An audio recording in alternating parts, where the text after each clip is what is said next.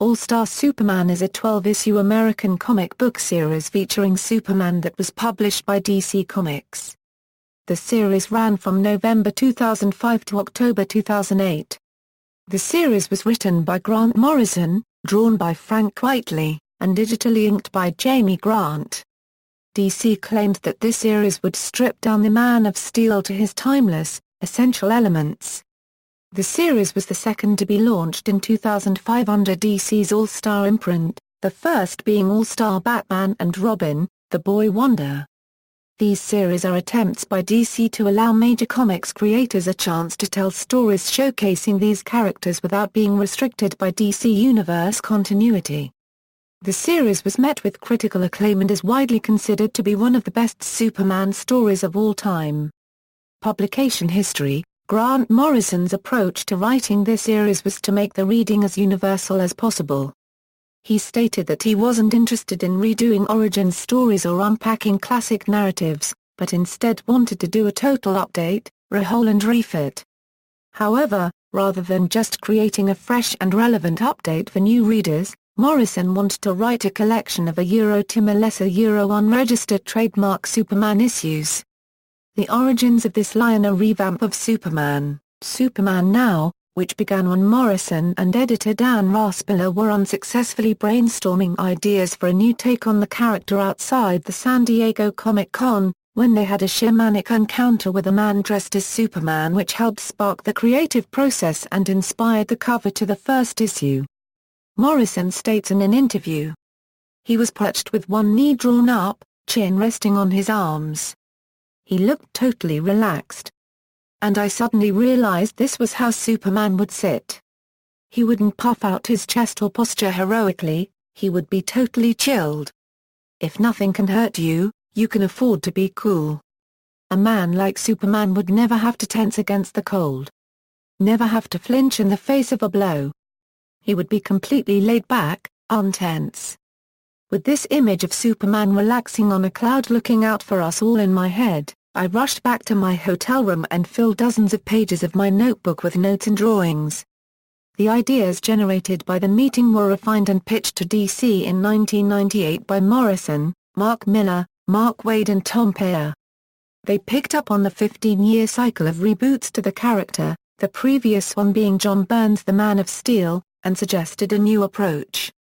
The Superman relaunch unregistered trademark reselling bucks the trend of sweeping aside the work done by those who came immediately before.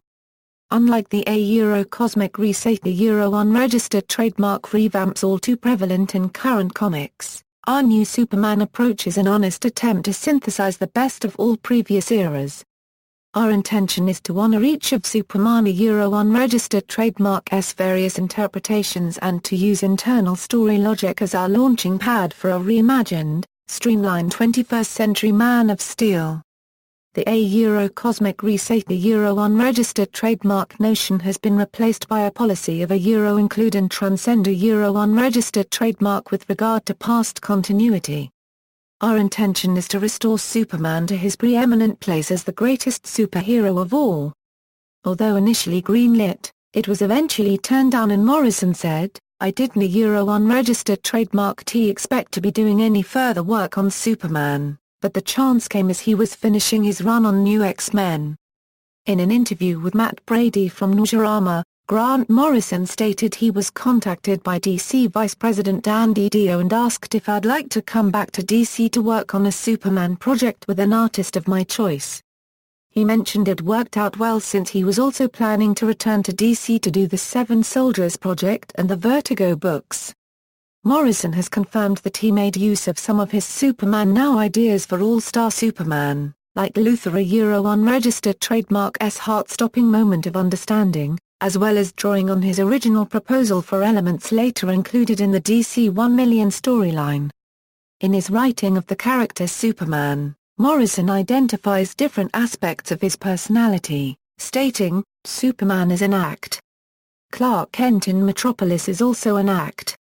There are actually two Kents, at least one is a disguise, a bumbling, awkward mask for Superman.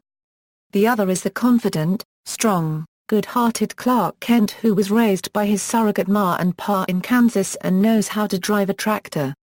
I think he's the most real of all. As the series drew to a close, writer Grant Morrison conceived of a series of one-shot specials, loose in continuity from the original series, that would depict or pay tribute to the Golden Age Superman, the Super Sons' world's finest comics team, the Superman Squad, the Superman of the 853rd century, and the Superman dynasty. Publisher Dan DiDio has stated that there are no current plans for the specials. Morrison would later become involved as writer on a 2011 relaunch of Action Comics where he used his ideas about the Golden Age Superman. Plot: Dr. Leo Quintum and his team from Project are exploring the sun when they are remotely sabotaged by Lex Luthor. Superman rescues them, and acquires the ability to project his bioelectric aura. Luthor has orchestrated this to overwhelm Superman's cells with massive amounts of solar radiation. Quintum determines that Superman's new power is also killing him, and he has 1 year left to live. Luthor is arrested, thanks to a Daily Planet article by Clark Kent. Superman decides to keep his impending death secret from the public.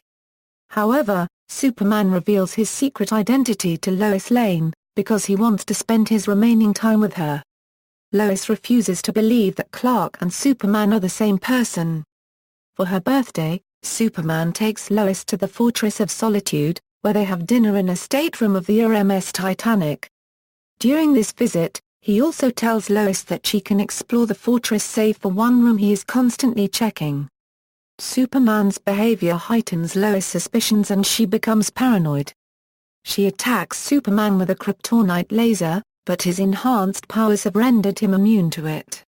Superman calms her down and reveals that he was preparing her birthday present, a costume for her and a liquefied form of his DNA that will grant her all his superpowers for 24 hours.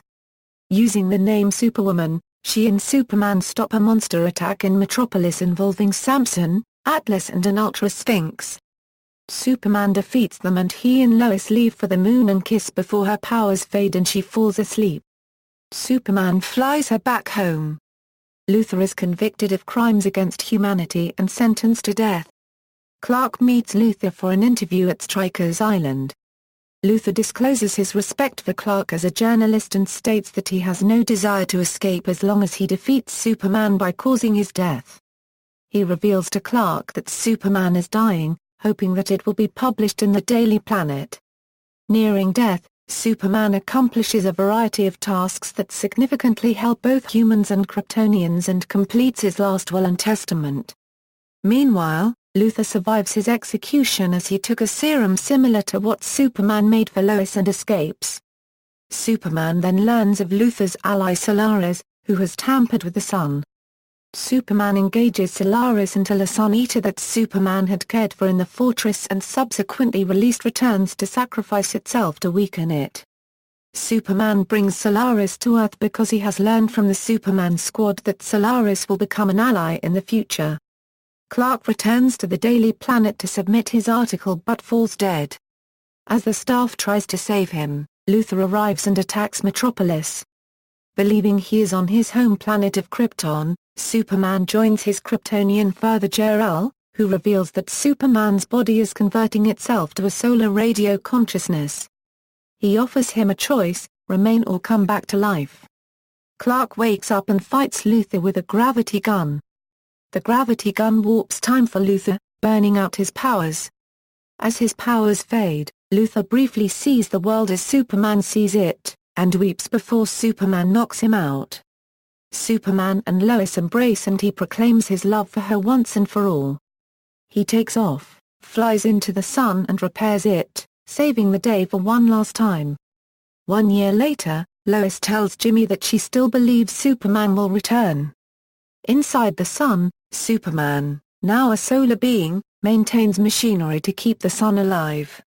The story concludes with Quintum revealing that if something happens, they will be ready, standing before a door with Superman's characteristic shield, but with its usual S replaced with the number 2. Reception: the first issue was released in November 2005 and was a sales success, ranking second in the top 300 comics for that period, with Infinite Crisis number 2 being the top seller. The second issue also ranked second in the top 300 comics for the January 2006 period, with pre-order sales of 124,328. Infinite Crisis number 4 being the top seller that month. The series completed its run upon publication of its final issue on October 2008. Jeremy Estes, an early reviewer from Pop Matters, notes the difficulty in revamping the character Superman in his review of the first issue of the series. However, the All-Star continuity allowed the writer Grant Morrison much more writing freedom. Frank Quitely's art is praised as fresh and modern, while still evoking the classic hero known around the world. At the time of writing only the first issue had been released, and so Estes was unsure of the direction of the story, noting the creative team have set up a promising tale, but only time will tell if they take the last train to Memphis or head west, all the way to Vegas. Nicholas Labar, writing for Secret, argued that All-Star Superman confidently exploits the near-omnipotence of the main character, in contrast with other Superman stories. He compared the series favorably with Morrison's other work. Ed Matthews from Pop Image reviewed the first collected trade paperback, which collects the first 6 issues, and praised the creative team, stating the art is the most elegant work out of Frank Quitely a unregistered trademark they've seen to date. Matthews also singled out Grant Morrison's, saying that the series adds to the Superman mythos by tweaking bits and parts from the character unregistered trademark's rich history just enough to make old concepts fresh again. He recommended Volume 1 of the collected editions, and stated that All-Star Superman sings a hit. Another review of Volume 1 came from Danny Graydon of the First Post, who stated that Grant Morrison's writing is the most vigorously entertaining take on the Man of Steel in decades, and that the nuanced artwork is to be savored. Time magazine's Lev Grossman ranked the graphic novel third in top 10 graphic novels of 2007. He praised the storyline, noting that due to the character's strength and morality, he is a difficult character to write for. IGN.com's list of top 25 Superman stories ranked All-Star Superman number 1 on the top of the list, describing it as a loving and affectionate celebration of everything that Superman stands for.